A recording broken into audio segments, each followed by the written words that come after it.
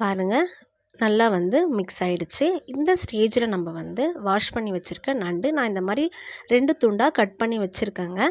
நீங்கள் எப்படி போடுவீங்களோ நீங்கள் போட்டுக்கோங்க. இந்த மாதிரி நம்ம வந்து நறுக்கி போடும்போது குழந்தைங்க வந்து எடுத்து சாப்பிட்றதுக்கு கொஞ்சம் ஈஸியாக இருக்கும். அதனால தான் நான் அந்த மாதிரி போட்டிருக்கேன். உங்களுக்கு வேணும்னா நீங்கள் அந்த மாதிரி ட்ரை பண்ணுங்கள். இப்போ நண்டு போட்டாச்சு. நம்ம நண்டு போட்டுட்டு என்ன பண்ண போகிறோன்னா, இந்த நண்டு அதுக்கப்புறம் அந்த அரைச்சி வச்சுருக்க அந்த சாந்து வந்து நல்லா வந்து மிக்ஸ் ஆகிற அளவுக்கு நம்ம என்ன பண்ண போகிறோம் அப்படின்னா, அதை நல்லா வந்து கிளறி விட்டுட்டே இருக்க போகிறோம். இதை நல்லா கிளறி விட்டுட்டே இருங்க. ஒரு 10 மினிட்ஸ் நல்லா கிளறி விடுங்க. கிளறி விட்ட பிறகு இப்போ நான் வந்து தேவையான அளவு உப்பு சேர்க்குறேங்க.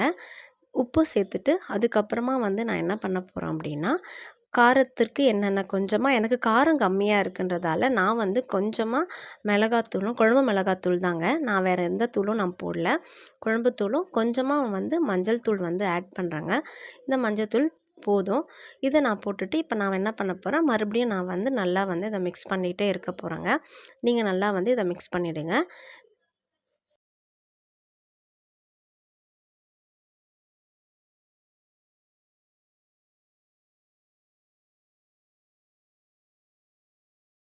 இப்போ பாருங்கள், நல்லா வந்து மிக்ஸ் ஆகிடுச்சு. நம்ம வந்து ஒரு மூடி போட்டு ஒரு 10 மினிட்ஸுக்கு வந்து என்ன பண்ணலாம், மீடியம் ஃப்ளேமில் வச்சு வைக்கலாம். இப்போ பார்த்தீங்கன்னா லைட்டாக உங்களுக்கு தண்ணி விடும் பாருங்கள். இந்த ஸ்டேஜில் நம்ம மூடியை எடுத்துடலாம். இப்போ மூடியை எடுத்துட்டு நம்ம மறுபடியும் வந்து அதை வந்து கிளறி விட்டுடலாம். விட்டுட்டு இப்போ என்ன பண்ண போகிறோன்னா, அடுத்தது தண்ணி ஊற்ற போகிறோம்.